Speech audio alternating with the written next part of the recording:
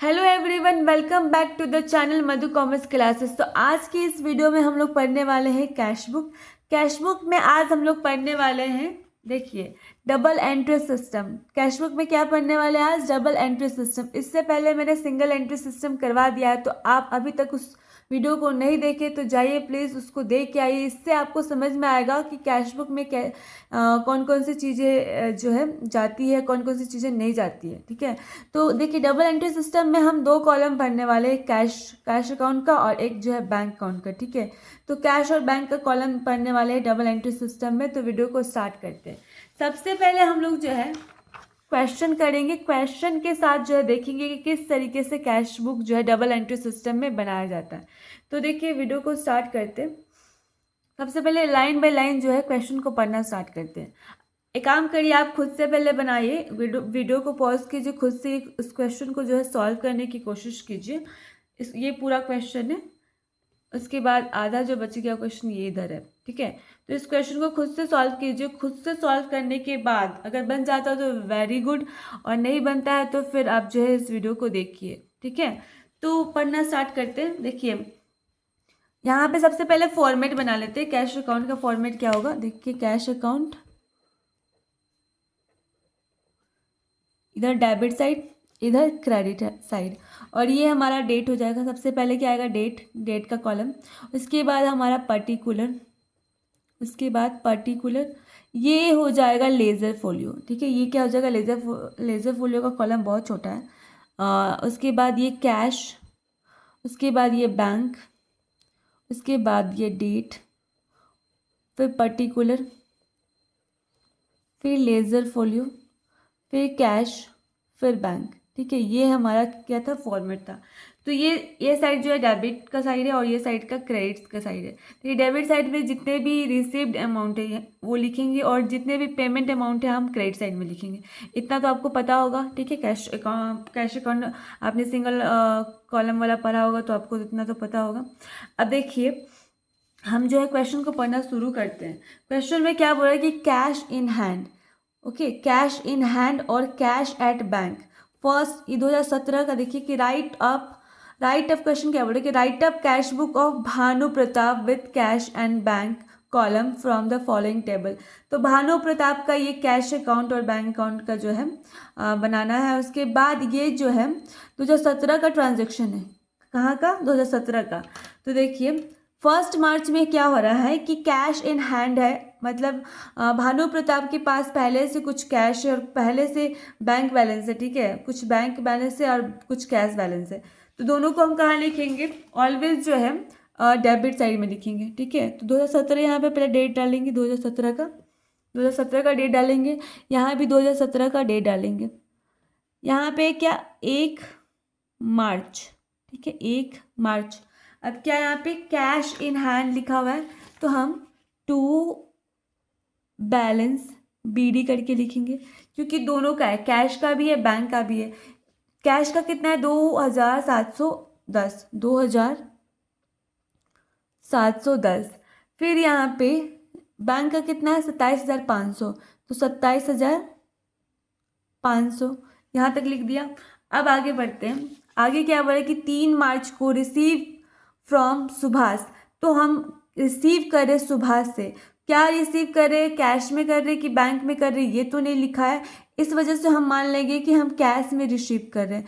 किस में कर रहे? कैश में रिसीव कर रहे। तो कैश में अगर रिसीव करते तो हम कैश को क्या कर देंगे? कैश को क्या करेंगे? डेबिट करेंगे। ठीक है, और सुभाष के अकाउंट को क्या कर देंगे? क्रेडिट कर देंगे। तो हमारा डेबिट है, तो अब सुभाष को क्या करेंगे? जो हमारा कैश के ऑपोजिट क्या है? क्रेडिट साइड में सुभाष है, तो सुभाष को हम क्या कर देंगे? यहाँ पे 2, पहले डेट लिखेंगे कि 3 मार्च को है, 3 मार्च। देखिए, एक ट्रिक याद रखिएगा कि रिसीव वाला जितना भी अमाउंट है ना, ये रिसीव अगर लिखा होगा तो ऑलवेज ये जो है डेबिट में जाएगा। ठीक है, डेबिट साइड में जाएगा। और पेड वाला जितना भी अमाउंट चीज़ें लिखी हुई है, तो ये ऑलवेज जो है आपका क्रेडिट साइड में जाएगा। ये एक ट्रिक है। और सेल अगर लिखा हुआ है, देखिए यहाँ पे चीज़ें क्या, अगर रिसीव लिखा हुआ है, रिसीव, और इसके बाद पेड करके लिखा है या पेमेंट लिखा हुआ है, या फिर सेल करके लिखा हुआ है, या फिर परचेज करके लिखा हुआ है, 4 चीज़ें याद रखिएगा। ये हमेशा आपका डेबिट साइड में जाएगा, डेबिट साइड में। ये हमेशा आपका क्रेडिट साइड में जाएगा, और सेल वाला ऑलवेज आपका डेबिट साइड में जाएगा, और परचेज वाला ऑलवेज आपका क्रेडिट साइड में जाएगा। इतना चीज़ और हमेशा याद रखिएगा। ये एक ट्रिक है कैश अकाउंट बनाने का, ठीक है, एक ट्रिक समझ लीजिए, ये ट्रिक है कैश अकाउंट बनाने का। अगर आपको जर्नल एंट्रीज याद नहीं रहती तो ये ट्रिक काम आएगा, ठीक है, आपके लिए। ये चारों जो है ट्रिक, चारों जो है चीज़ें याद रखिएगा। अब हम बनाना स्टार्ट करते हैं कि ये रिसीव है, तो रिसीव वाला ऑलवेज कहाँ जाएगा, हमारा डेबिट साइड में जाएगा। देखिए रिसीव ऑलवेज डेबिट साइड में क्या करके लिखेंगे, सुभाष करके, टू सुभाष अकाउंट, कितना से 3,500। तो अगर ये कैश में है, क्योंकि बैंक तो लिखा नहीं, बैंक होता तो प्रॉपर लिखता, नहीं लिखा तो हम कैश लेके चलेंगे। 3,500 यहाँ तक हो गया। अब देखिए बोल रहा है कि 4 मार्च को सोल्ड गुड्स फॉर कैश, तो यहाँ पे गुड्स सोल्ड हो रहा है, तो यहाँ पे सेल होता है तब कहाँ लिखते हैं हम, डेबिट साइड में। तो 4 मार्च को लिखेंगे, 4 मार्च टू सेल्स अकाउंट, कहाँ पे जाने वाला ये, सॉरी ये कैश अकाउंट में जाने वाला 10,000, ठीक है, 10,000 यहाँ पे लिख देंगे कैश अकाउंट में। अब यहाँ पे देखिए 7 मार्च को पेड रेंट बाय चेक, तो यहाँ पे पेड वाला हमेशा क्रेडिट साइड में जाएगा, तो यहाँ पे 7 मार्च लिखने की ज़रूरत नहीं है, एक बार मार्च यहाँ पे लिख देंगे ना तो उसके बाद एज इट इज़ आप नंबर लिख सकते हैं, ठीक है।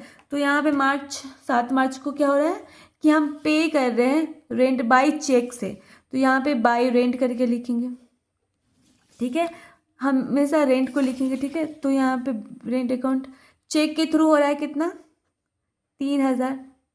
यहाँ पे भी आप दे सकती हैं इस तरीके से ताकि आपको जो है कन्फ्यूज़न ना हो, ठीक है, यहाँ तक हो गया। अब आगे पढ़ते हैं कि पेड सोहन बाई चेक, तो यहाँ पे पे कर रहे हैं बैंक से, मतलब बैंक से पे कर रहे हैं, ठीक है, तो ये सोहन करके चल जाएगा, 8 सोहन करके चल जाएगा, बाई सोहन अकाउंट, बैंक से कर रहे हैं कितना, 3,000, सॉरी ये रेंट कर रहे थे 800 ना, sorry it is my mistake, ये 3,000 होगा, ठीक है, सॉरी ये गलत है, ये कितना हो जाएगा, ये 3,000, ये 800 था, sorry this is my mistake, हटा देते हैं, ओके। उसके बाद बाउट गुड्स फॉर कैश, तो यहाँ पे 10 मार्च को हम जो है गुड्स परचेज कर रहे हैं कैश के थ्रू, ठीक है, तो कैश के थ्रू हम परचेज कर रहे हैं, तो परचेज जब करते हैं यहाँ पे क्या होता है, परचेज जब करते हैं तो हमेशा हम क्रेडिट साइड में लिखते हैं, तो हम यहाँ पे 10 करके लिखेंगे बाय परचेज अकाउंट। अब कैश के थ्रू कर रहे कितना, 15,000 से, यहाँ पे कुछ नहीं है, ठीक है। उसके बाद देखिए कि 12 मार्च को पेड कैश फॉर स्टेशनरी, तो पे कर रहे हैं, तो पे वाला हमेशा कहाँ जाता है, पे वाला जितना भी पेड करते क्रेडिट साइड में, तो यहाँ पे कितना आएगा, 12 मार्च बाय, पे करके क्या लिखेंगे, स्टेशनरी करके लिखेंगे, बाय स्टेशनरी, कितना 200 पे कर रहे किससे, कैश से, ठीक है, तो यहाँ पे 200 आ जाएगा, ये हो गया। उसके बाद Drew from bank for office use, तो यहाँ पे हम पैसा विड्रॉ कर रहे हैं, क्योंकि इसका जनरल एंट्री क्या होगा, कैश विड्रॉ कर रहे हैं, cash account debit to bank account, ये आएगा। तो देखिए जो जैसा जैसा लिखा हुआ है उस तरीके से हम लिखेंगे। अब यहाँ पे ये 2 करके लिखा है, तो हम यहाँ पे कब का, ये 12 मार्च को, तो हम 12 यहाँ पे लिख देंगे, ठीक है, 12 करके लिख देंगे। फिर यहाँ पे 2 करके लिखा है, तो हम 2 करके एज इट इज़ यहाँ पे उतार देंगे, टू बैंक अकाउंट। ये कॉन्ट्रा एंट्री, इसी को बोलते हैं कॉन्ट्रा एंट्री। कॉन्ट्रा एंट्री कैसे करते हैं हम यहाँ पे देखते हैं कि ये 2 करके लिखा है, तो 2 बैंक अकाउंट करके हम लिख देंगे, यहाँ तक लिख दिए। अब देखिए यहाँ पे डेबिट वाला चीज़ जो है ऑलवेज आपका जो कैश अकाउंट में या फिर लेजर में ऑलवेज यहाँ पे क्रेडिट साइड में दिखता है, तो कितना, कब, 12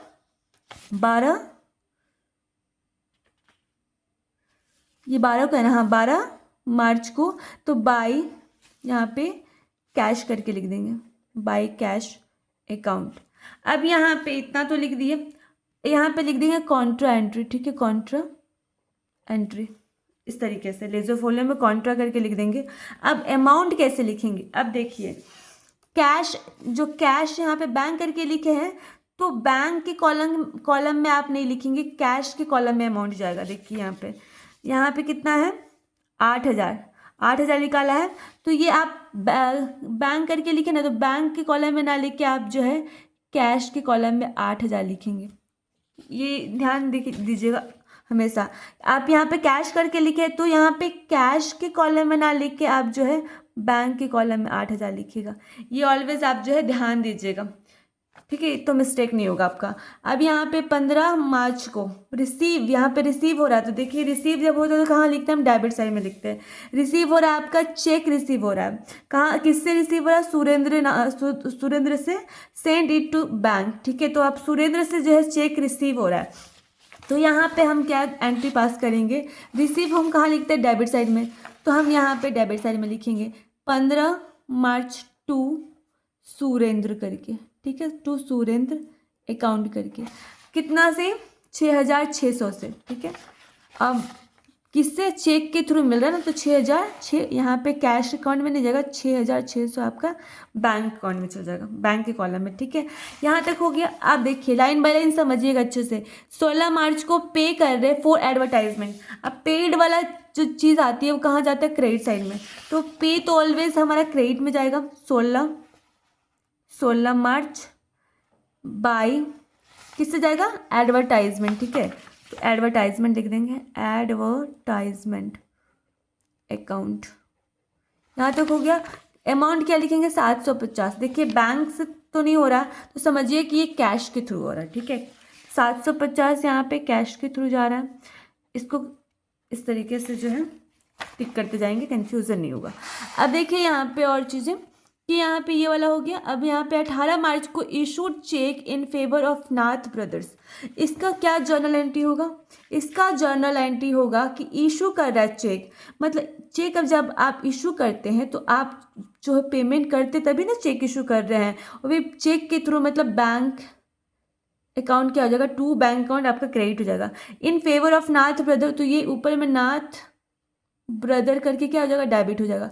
तो ये नाथ brother account debit to bank account, ये हमारा जर्नल एंट्री होगा, ये हमारा क्या हो जाएगा, जर्नल एंट्री होगा।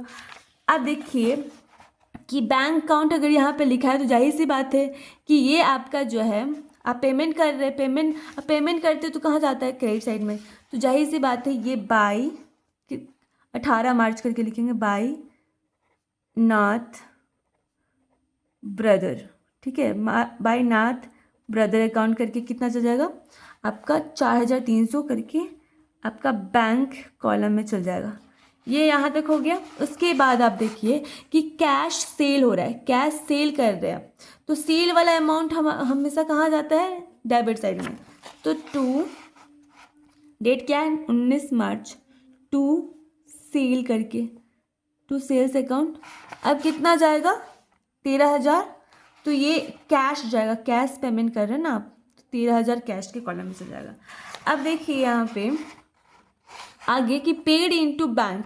अब बैंक में पे कर रहे, बैंक को पे कर रहे, तो यहाँ पे जर्नल एंट्री क्या होगा, यहाँ पे आपका जर्नल एंट्री होगा, बैंक में पे कर रहे तो बैंक का जो है account debit to cash account, ये आपका जर्नल एंट्री होगा। ये भी आपका कॉन्ट्रा एंट्री में आ गया, कॉन्ट्रा एंट्री में आ गया।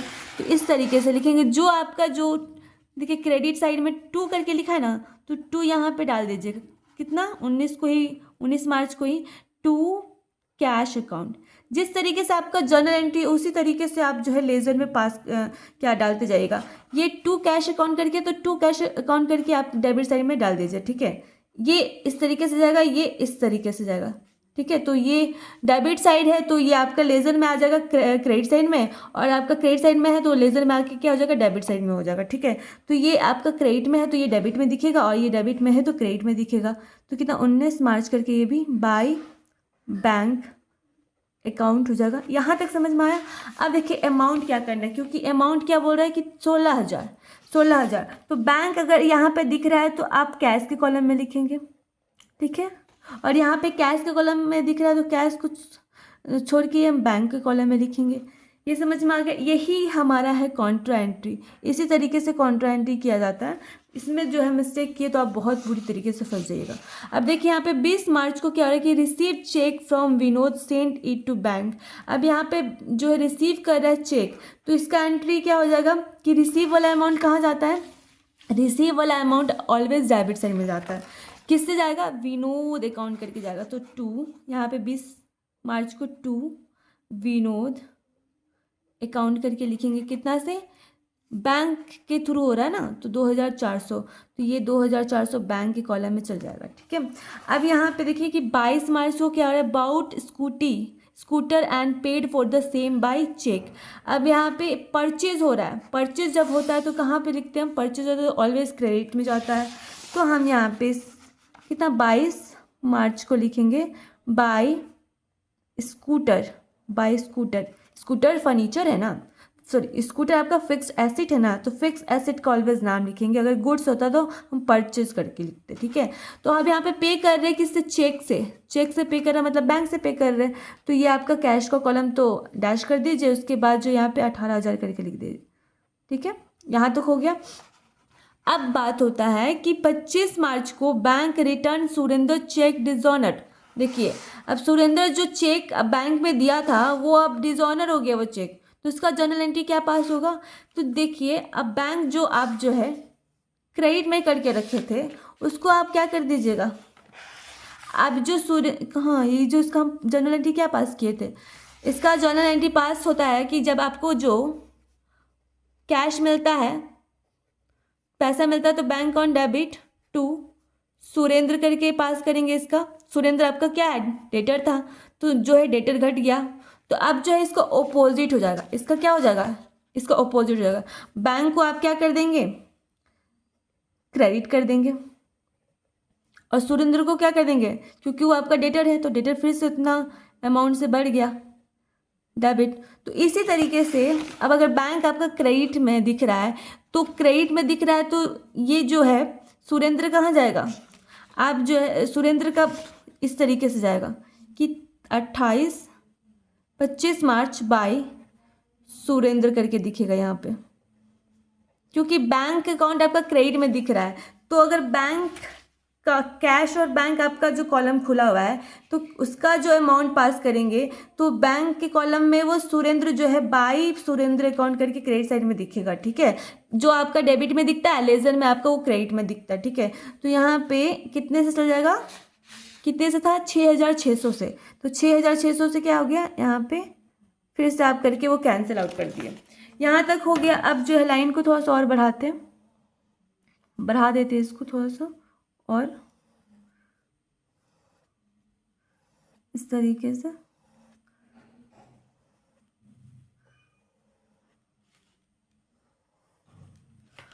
यहाँ हो गया। उसके बाद अब देखिए अब आगे बोल रहा है कि 28 मार्च को पेड सैलरी बाय चेक। अब जो है सैलरी पे कर रहे हैं, तो जब हम पे करें तो हम क्रेडिट में लिखते हैं, तो हम इसको 28 मार्च करके बाय सैलरी करके लिख सकते हैं। और भी चेक से पे कर रहे हैं कितना, तो कैश का कॉलम डैश में जाएगा और ये 7,200 करके यहाँ पे लिख देंगे। यहाँ तक हो गया। अब पेड ट्रेड एक्सपेंसेस, पे को पे कर रहे तो इस वजह से फिर से हम क्रेडिट में लिखेंगे इसको। ठीक है, बाय ट्रेड एक्सपेंसेस। ठीक है, कितना से 2,000 से, वो भी अब कैश में तो नहीं बोल रहा तो हम सॉरी बैंक के थ्रू तो नहीं बोल रहा तो हम कैश के थ्रू मान लेंगे 2,000। ठीक है, तो बैंक का कॉलम जो है डैश में चल जाएगा खाली। फिर यहाँ पे कैश सेल कर रहे, तो जब भी हम सेल करते हैं कहाँ, डेबिट साइड में दिखते हैं, तो हम यहाँ पे 29 मार्च करके 2 सेल्स कर देंगे। कितना, 9,500 से, इसको कैश के कॉलम में लिख देंगे। अब पेड इनटू बैंक, अब इस तरीके से एक और हमारा कॉन्ट्रा एंट्री मिल गया कि देखिए पे कर रहे बैंक में, तो बैंक का जो बैलेंस है वो बढ़ गया और कैश आपका बैलेंस जो है घट गया, तो ये हमारा कॉन्ट्रा एंट्री हो गया। तो इसी तरीके से लिखेंगे 30 मार्च को 2 कैश अकाउंट, और यहाँ पे 30 मार्च को बाय बैंक अकाउंट। ठीक है, यहाँ तक हो गया। उसके बाद यहाँ पे भी ये कॉन्ट्रा एंट्री है तो ये लिख दीजिए, लिखना बहुत ज़रूरी हो जाता है। ठीक है, लिखेंगे तो ज़्यादा सही रहेगा, समझ में आएगा कि ये कॉन्ट्रा एंट्री है। अब देखिए यहाँ पे अमाउंट कि कैश यहाँ पे लिखा है तो कैश के कॉलम में ना लिख के हम बैंक के कॉलम में लिखेंगे, ठीक है। और यहाँ पे बैंक लिखा है तो जैसे बैंक के कॉलम में ना लिख के हम कैश के कॉलम में लिखेंगे। ये होता है हमारा, ये था हमारा पूरा क्वेश्चन का जो है तो ये हम लोग जो है पास तो कर दिया। अब हम क्या करेंगे, टोटल करेंगे। देखिए ऑलवेज अब जो है सिंगल कॉलम बनाए होंगे तो आपको तो इतना पता होगा कि ऑलवेज जो आपका डेबिट साइड क्या होता है, डेबिट साइड ऑलवेज जो है आपका रिसिप्ट साइड होता है और क्रेडिट साइड ऑलवेज आपका क्या है, पेमेंट साइड होता है। तो हमेशा बोला जाता है कैश अकाउंट में, जबकि जब आप मेरा पहला वीडियो देखे होंगे तो पता होगा कि कभी भी आप जो करेंगे कैश अकाउंट बनाएंगे तो रिसिप्ट साइड जो ऑलवेज ज़्यादा होना चाहिए पेमेंट साइड से। अगर नहीं ज़्यादा है तो इसका मतलब आपका कैश बुक गलत है, ठीक है। तो यहाँ पे जो है हम जो है कैलकुलेट करना स्टार्ट करेंगे। तो कैलकुलेशन करना स्टार्ट करते हैं। तो यहाँ पे देखिए क्या है, जोड़ेंगे, टोटल करेंगे तो कितना आ रहा है, देखिए कितना 27,000 प्लस ये तो कितना हो जाएगा 27। अगर जोड़ेंगे तो 0 यहाँ पे, उसके बाद 6 5 11 की 1 हो गया 11 और यहाँ पे 15 की 5 हो जाएगा, कैरी बच गया 1। यहाँ पे 7 और 6 कितना हो जाएगा 13 13 13 और 13 8 कितना हो जाएगा 13 13।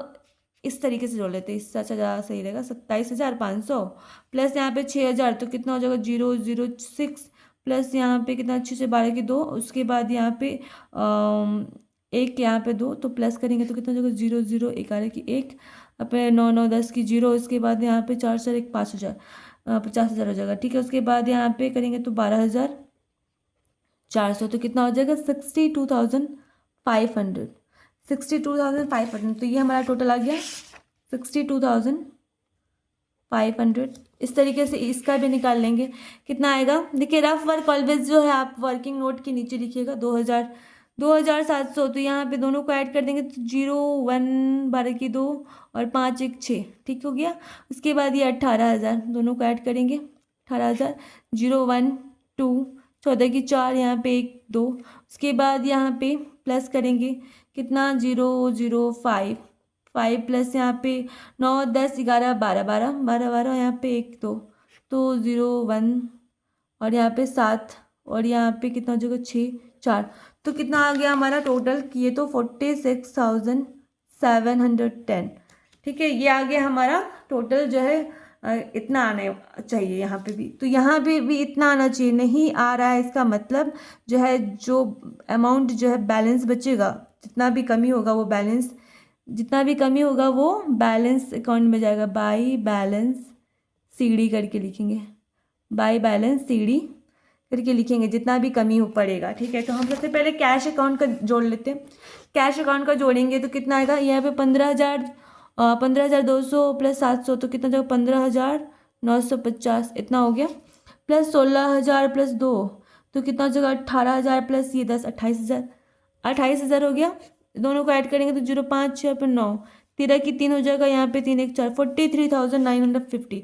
अब यहाँ पे 46,710 से माइनस कर देंगे 43,950 तो माइनस करेंगे तो कितना आ जाएगा 0 0 यहाँ पे 11 में से 6 जगह यहाँ पे कितना हो जाएगा 16 16 में से 9 गया तो कितना हो जाएगा 7, ठीक है। उसके बाद यहाँ पे 5 में से 3 गया तो 2, उसके बाद इसका मतलब यहाँ पे आएगा 2,760 इतना आ गया। कैश का हमारा निकल गया। बैंक कॉलम का निकालते। अब यहाँ पे कितना है 8। देखिए ये यहाँ पे कुछ नहीं है, यहाँ पे कुछ नहीं था, यहाँ पे बाय मिस्टेक मेरा गड़बड़ हो गया था तो यहाँ पे कुछ नहीं था। तो यहाँ पे कितना हो जाएगा 3,000, इसका निकालेंगे 3,800 प्लस यहाँ पे 8,000 और 4,000 कितना हो जाएगा 12,300, ठीक है 12,300।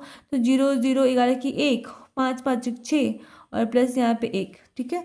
अभी यहाँ तक हो गया। उसके बाद देखिए 14,006, ठीक है। तो यहाँ पे जो 14 की 4 8 8 से 14 यहाँ पे 4 यहाँ पे 24 तो प्लस कर देंगे कितना हो जाएगा 0 0 7 10 की 0 और यहाँ पे 3 3 1 4। अब प्लस एक और चीज़ें प्लस करना है 7,200 कितना आना चाहिए 9 47,900 आया। अब 62,500 में 47,900 माइनस करेंगे तो कितना आना चाहिए, 0 0, 15 में से 9 गया तो 6, 15 में से 9 गया तो 6 हो गया। उसके बाद यहाँ पे कितना आएगा, 11 में से 7 गया तो 4, ठीक है, 5 में से 1 गया तो 14, तो यहाँ पे आ गया आपका 14,600। तो ये हमारा था आज का क्वेश्चन का सॉल्यूशन। तो बैलेंस बाई बैलेंस CD करके 2,760 जो है कैश का बैलेंस आ गया, और आपका बैंक का बैलेंस कितना आ गया, 14,600। तो उम्मीद करते हैं कि आपका आज का क्वेश्चन समझ में आया होगा, और जो मैंने ट्रिक बताया है, ये ट्रिक जो है बहुत काम आने वाला है आपका एग्ज़ाम में, बहुत ईजिली हो जाने वाला है। आपको ज़्यादा सोचने की ज़रूरत नहीं पड़ेगी कि कौन सा किस साइड में जाएगा, कौन सा किस साइड में जाएगा, डेबिट साइड में जाएगा कि क्रेडिट साइड में जाएगा। ये ट्रिक बहुत ईजी है, और इस ट्रिक को बहुत अच्छे से याद कर लीजिएगा, ताकि आपका जो है ईजी वे में आप जो है कैलकुलेट कर पाए और आपको एग्ज़ाम में कुछ भी दिक्कत ना हो। तो उम्मीद करते हैं कि आपका आज का क्वेश्चन समझ में आया होगा। आज का जो ट्रिक है आज बहुत अच्छे से क्लियर हुआ होगा। आज के लिए बस इतना ही, मिलते हैं नेक्स्ट वीडियो में।